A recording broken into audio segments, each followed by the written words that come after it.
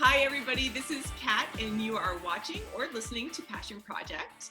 And today I have a very special guest. This is my friend Rhema Flowers, and she is a wellness and empowerment coach. She's incredible. And I was actually going to do my hair, like straighten it out like 5 minutes before this interview because I'm always like last minute. And I'm like, this accurately reflects my insides. My outsides are matching the insides right now. Like bananas, like wild and crazy. And, you know, I was sharing with you how crazy, well, first of all, hello. Hello, everyone. To my show. Thank you to my crazy morning. This is our morning. Welcome to it. Thank you for sharing our morning with us. And yeah, it's this was perfect. Today was perfect. We tried to do a Facebook Live. It didn't quite work out, but we will get to do this again. And today this will go on Zoom and YouTube and Apple Podcast, Spotify, all of that. And I was sharing with Rhema that I was losing my mind because I'm trying to wrap up 2020 in 7 days and clear space for an incredible 2021 and everything I'm going to do in 2021. And make space so I can be present for my family for a couple of weeks and do all the Christmas shopping. And I don't know about you, Rhema, but I'm buying 2 of everything because I buy everything online and then I don't know if it's going to arrive on time. And then I go get the Plan B presents. So I'm buying double the amount of presents and I'm still running around and I'm still getting packages every day. Help me. Help me. And you created this beautiful phrase that I love so much because the first thing to go is self-care. And I love that you created this phrase, courageous self-care. So what is it? And how do I get me some of that? Oh my gosh, this is amazing. I love hearing how you're just like running around and making it happen, because that's what we do. We run around and we make it happen. And even as I heard you talking about you're buying 2 of everything and you're, what if this doesn't arrive and what if this happens and, and I'm like, oh my gosh, I think that, I'd heard you the other day and I'm like, I stopped your message and I'm like, I'm going to call her right now. She needs help right away. And I was like, can I support you? And you were like, please, oh my gosh, please support me. And I think one of the first questions I asked you was how's your self-care? Like, how are you pouring into yourself? What's that?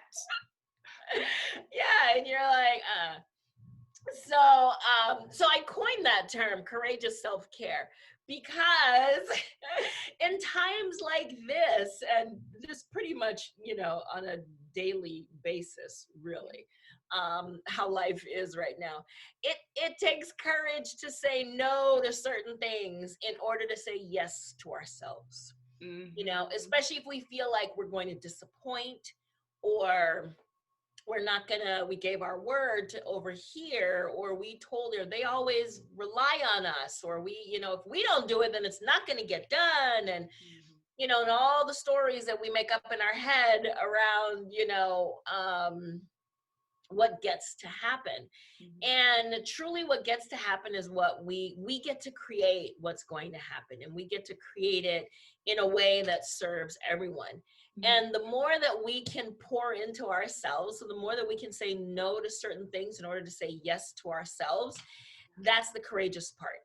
And that's the self-care. And that's what's going to make all the difference in the world. Because when you are, and you specifically, but you in general, right? I'm talking to, the people that are listening, that are running family empires, that running businesses, that are taking care of aging parents, I got my brother's kids because, he's an essential worker. I've got, and we're doing just so much, and so many people are relying on us. And when we don't take care of ourselves first, when we don't pour into ourselves, it's a hotbed of resentment and, anger and being short with the people we love most, and, being bitter and feeling like, oh my God, why is it always me that they, and look, they're not, I gotta do, and on top of that, I gotta do the laundry. Nobody even picked up anything. And it's not that these feelings are not justified, but on the days that we are at the top of our game, Yeah. we don't give a, we don't care about that the laundry is not done. Yes. You know, we don't care like the little things are not done. We're like, because when you got your super suit on, you have rest, Oh you yeah. feel good, True. you're So eating true. well, whatever it takes, whatever it looks like for you. Because I think courageous self-care, when we hear self-care, we think pedicures and bubble baths, right? Yeah. Courageous self-care is so beyond that. Yeah. It's so much more than that. And I mean, not that pedicures and bubble baths are not wonderful. And if that's something that you need, if you're listening to me and that's something that you need, by all means, stop your day and get that done. Yeah. But courageous self-care is saying, no, I'm not going to do it like that this time. Yes. Yeah. And I love when you were chatting with me, I was picturing, you're like, are you having fun? And are your kids having fun when you're like, raging and a maniac? And I was like, oh my God, I've turned into Chevy Chase and, Christmas Vacation, National Lampoon. I'm like, is everybody having fun? You will have fun. I mean, I can't even imagine like the kids are like, yay, holiday time, This is so much fun. So yeah, like I can totally relate to that. And it's so right. Like you get to take care of you first. And I love what you said about saying no. And that's something that really landed for me, especially around the holidays where we're just trying to please so many people and accommodate so many more people than you would in your day-to-day life. You want to see everybody that you possibly can, social distancing wise, phone calls, Zoom calls, whatever you get to do. So where do you start? You know what, and that's such a great question, because really you can start anywhere at any time. And like what I would coach people is start now. Like, what is driving you crazy right now? Yeah. And start there. And then, great questions to ask. So normally we ask ourselves, like, why is this always happening to me? Why do I do this to myself? And so I encourage you to ask like different questions, some more empowering questions, because when you put the questions out there, the answers are going to come. The universe, whatever you believe, the higher power, but the answers are going to come. So if you put a question out there, why am I so clumsy? You're going to start to remember that time in 3rd grade, remember that time at the prom, remember that time you fell down the stairs, remember that, all of those things are going to come up because like attracts like. So if you put out a different question, how can I make this easy? How can I make this fun? Oh, that's good. How can this be enjoyable? How can I reinvent this in a way that it serves everyone? Mm-hmm. It serves me, it serves everyone involved. Because again, when we're crazed and we're short and we're snapping and whatever, the people around us that we love the best, that we treasure, that we hold dear to us, they're the ones that pay the price. Yes. So that's another question, what price am I paying right now? Yeah. And then what are the prices that the people around me are paying? Yeah. Because, when we think about stress and anxiety, that's a big price that we pay. Mm-hmm. Our fight or flight response is it's on hyper alert right now through this 2020 year. So why put more on it? Yeah. So like, what can I take off of my plate? Yeah. Is a good question. And maybe, there's things that are on your plate that you can take off of your plate. And maybe it's a delegation. Maybe it's a take off your plate altogether. Maybe it is, one thing I learned from my, my business coach, she, one of the things that she loves grocery shopping. Oh God. That's like her thing. She loves grocery shopping, and that was something she had to take off of her plate, and she had to put it on someone else's. But thankfully she put it on someone else's plate who loves grocery shopping. So then it's a win-win. That's another great question to ask. How can I Yeah. create a win-win here? I love that. And like what's coming up for me is like, I'm trying to do all the errands and then, pick up the kids and everything. And what if I just made that fun? What if I just made it pizza night and they can put on a movie and like I don't have to be there and I can, I can grow time. Yes. There is time because if I'm here and I'm stressing about all the stuff I didn't get to pick up today, then I'm no fun.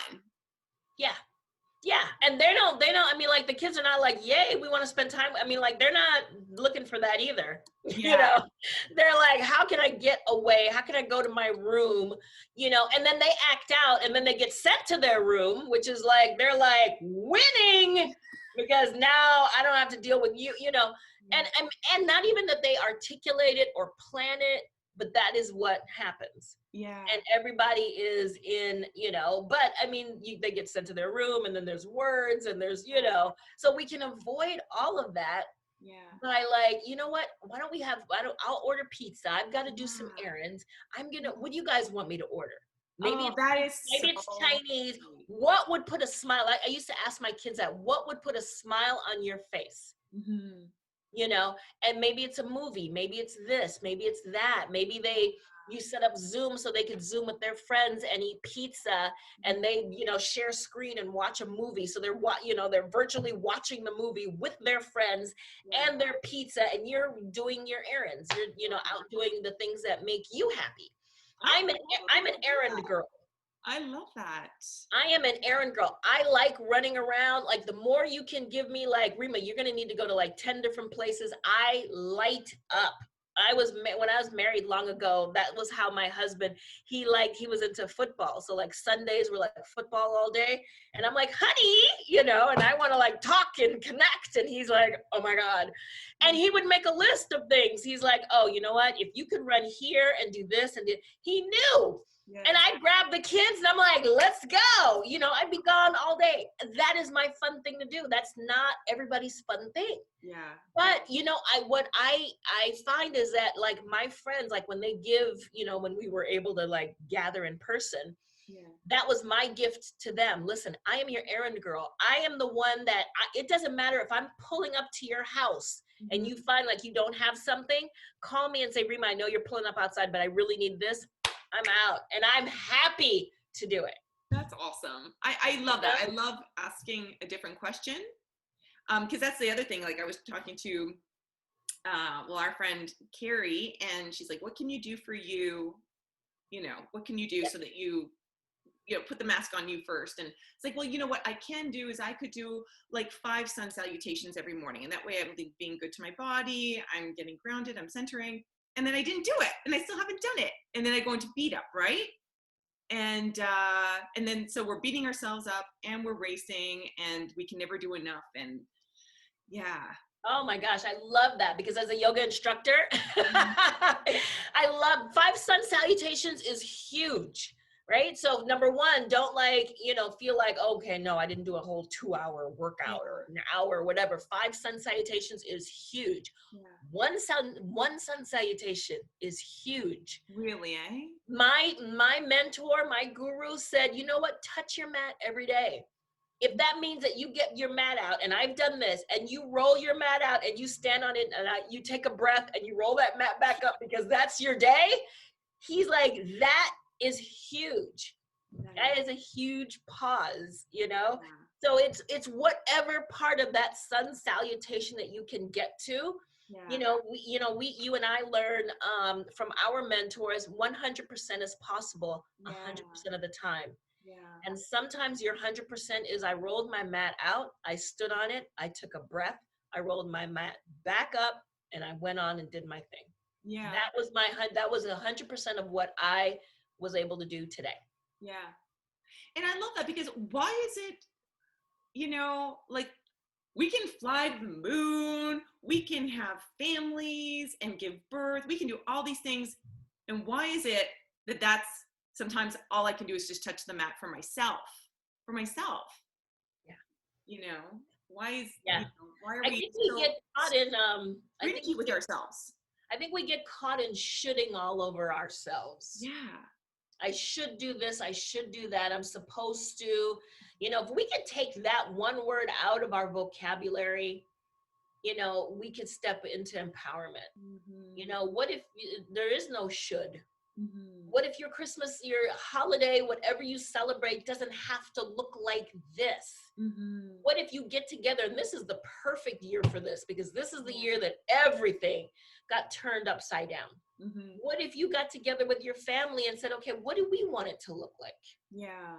You know, okay, then you're responsible for this, and you do that, and you know, you have like a little family meeting, and everybody's got something, and everybody is, you know, maybe you want your holiday, the actual day, to look like pajamas and hot cocoa, and you know. I really do. You know, and then, you know, and everybody gets to say, this is what I'd love it to look like. And then how can we create this? Yeah. Yeah. How can we create this so this is a win-win for everyone?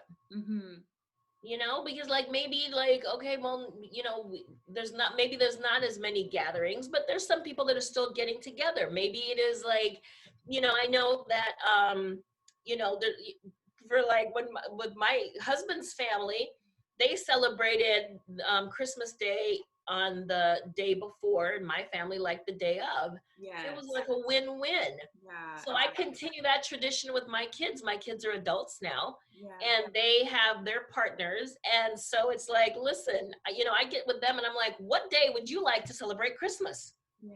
And we choose a day that, and it doesn't conflict with anything. And I have their attention. I have everything. I don't have them like, oh no, because we got to go here, and we can only stay an hour, and then and we already ate here, so we're not going to eat here. Yes. Do what you need to do for someone else, because maybe that day is important to someone else's family. Like, no, you have to be here. Okay, great. Beautiful. Let us choose the day that works for us. Yeah. Yeah. I love that. Yeah. Asking the right question, and no shoulda, wouldas, and beat up, and make it fun. Make it fun. We get beat up by the world in so many other ways. I mean, we don't need to add on to that, you know. And we get to, I mean, like, you know, there's certain things like we can, you know, what if you let go of it? You know, there's sometimes maybe you're the person that's holding on to, no, it has to be Christmas Day that everybody gets together. Yeah. You know, what if you let it go? What if it wasn't? You know, that's another good question to ask. Yeah. I'm loving the whole question asking thing. You know, it's just a totally different frame of mind. This be curious. Yeah. Possibility frame of mind. Because your brain, we as humans, this is how we operate. We put questions out there, we look for answers, and answers come towards us. Yeah. You know, so if we put the questions out there, you know, how can I? Yeah. You know, and actually I learned that the original way I learned that was a sales technique. Oh. It was like, well, how can, you know, you don't say, well, I can't afford it. You ask yourself, well, how can I afford this? That's good. How can I bring this into, you know, so that's how I first learned that technique, and then brought it into, you know, my coaching and empowerment and things like that. But yeah, how can I do this? Because it's not about, it's like that adage. It's like, I want to go to the beach. It is raining. You know, so if we put the word but in there, I want to go to the beach, but it's raining. You're already defeated. Yeah. I want to go to the beach and it's raining. You know, opens up possibilities. Oh, but you know what? There's an outdoor place that we can sit, but you know what? We could do this, or actually we could go to this beach, or we could do, you know, it opens up to different possibilities just by shifting the way that we perceive it. I mean, it's like, is it Wayne Dyer that says, when we change the way we look at things, the things that we look at change. Oh, I love that. I love that. And which brings me to your journey, because like this podcast is all about, you know, I wanted to talk about courageous self-care, because I feel like the people making things happen. Wait, are you frozen or are you thinking? Throw self-care out the window. And it's a podcast all about making things happen. And you come from corporate, and you did a complete pivot. And I feel like you followed your passion. So tell me a little bit about your journey into coaching. Oh my gosh, yes. I was in corporate. I have like, I don't know, probably close to 30 years in corporate. I was marketing director, and so sales and marketing is my background. Actually, marketing and advertising. I used to work for advertising agencies, and marketing and advertising specifically are just very strenuous industries, because you're really as good as the sale was yesterday. And, working for an advertising agency, people were, companies were always like shifting and switching advertising agencies and things like that. So like, I mean, like had a great campaign. And I mean, I worked on the Got Milk campaign. I worked on Taco Bell. I mean, like I worked on some really, high profile campaigns. And, but if the sales weren't there, they didn't care. It was like, well, no, we're going to get a new ad agency. And then if we lost a big client, then there's layoffs, there's, the people that are staying or picking up extra work. And so it's strenuous. And so I was stressed all the time. The last ad agency I worked at, I was the group account director. I ran the largest account in the agency. Oh, you froze. So we cut out there for a second. So you were saying, so you were in corporate, and then what was the moment that you're like, you just moved into wellness and empowerment? So being in corporate, I take off my glasses so you guys can see my eyes. I was stressed, and I felt like I wasn't me. I am naturally energetic and bubbly and happy, and those were not traits that were appreciated in corporate. And so I always felt like I was, having to reinvent myself and not be who I was. So I didn't feel authentic in corporate, and I wanted to leave. I didn't know what I wanted to do, but I knew that this was not for me. Yeah. And sometimes that's where we get to start. We don't know what we do want, but we know what we don't want. Yeah. And so the more that I'm like, this is not for me, I don't want this, I don't want to be here. The universe made that happen in the form of I was laid off from my corporate job in 2012. Yeah, so several years ago. And I remember I had just started a yoga practice. Yeah. Because I was so stressed. Yeah. I started a yoga practice, and I had made friends with like the lady that taught and her husband. We became like best friends, and they were like, come into the yoga business. They'd been asking me for about a year. Amazing. And I was like, I don't have time to play yoga with you guys. I got mouths to feed. My daughter is going to college and whatever. And but when I got laid off, I'm like, you know what? This is I'm going to do this a little differently. It's time to do something differently. And that was the beginning of the transition. Fabulous. Yeah. Fabulous. Yep. And so I just took that nudge and I stepped into teaching yoga, practicing yoga. And what I loved about it was I loved that I got to teach and practice the things that I thought were keeping me healthy and alive and happy and thriving. I was able to touch every day.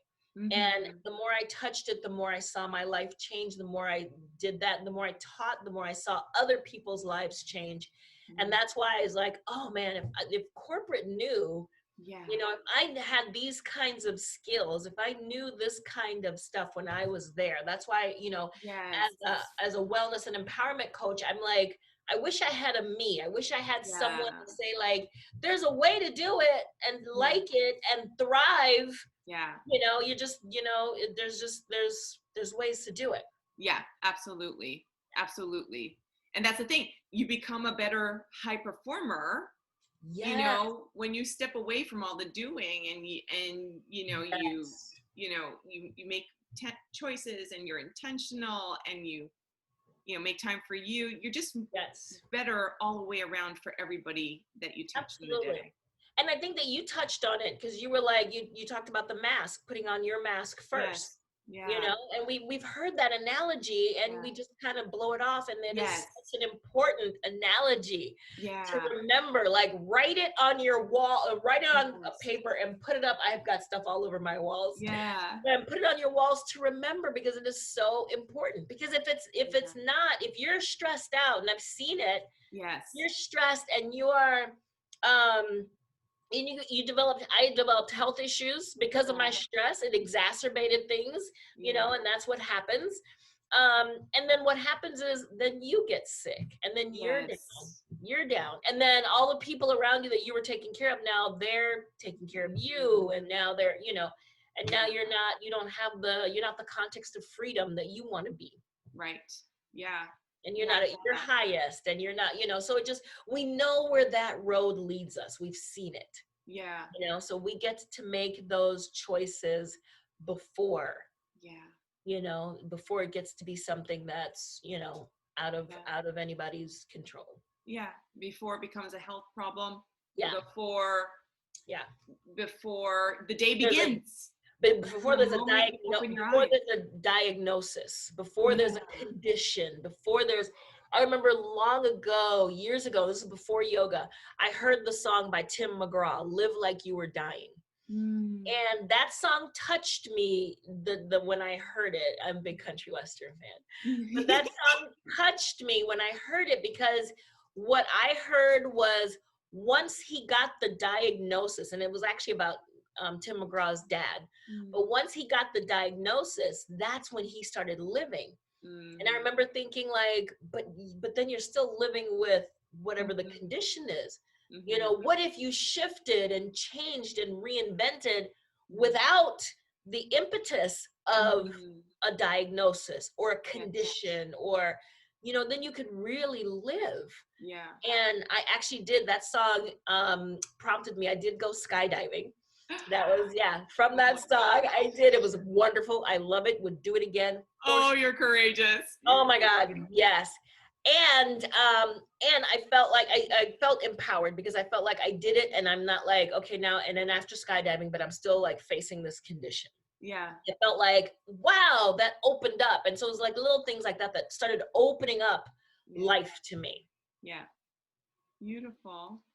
Oh, Rhema, thank you so much for being on this show and being patient with me today. This has been so much fun. Oh my God, you're awesome. You're awesome. I love you so much. I will have you back. I love having you on the show, and thank you so much for sharing all of that courageous self-care wisdom with us. And I really get to start practicing with it. We need a Rhema app. That's what's coming next. Rhema app. Yes, there you go. Electrocute you in the morning. There you go. I love it. I thank you. Thank you, woman. Thank you so much. Thanks for having me. I just adore you, and I love the work that you are doing in the world. So thank you so much for that. Thank you. I appreciate that. Too, Rhema. Thank you. Have a great day. Thanks, you too. Bye.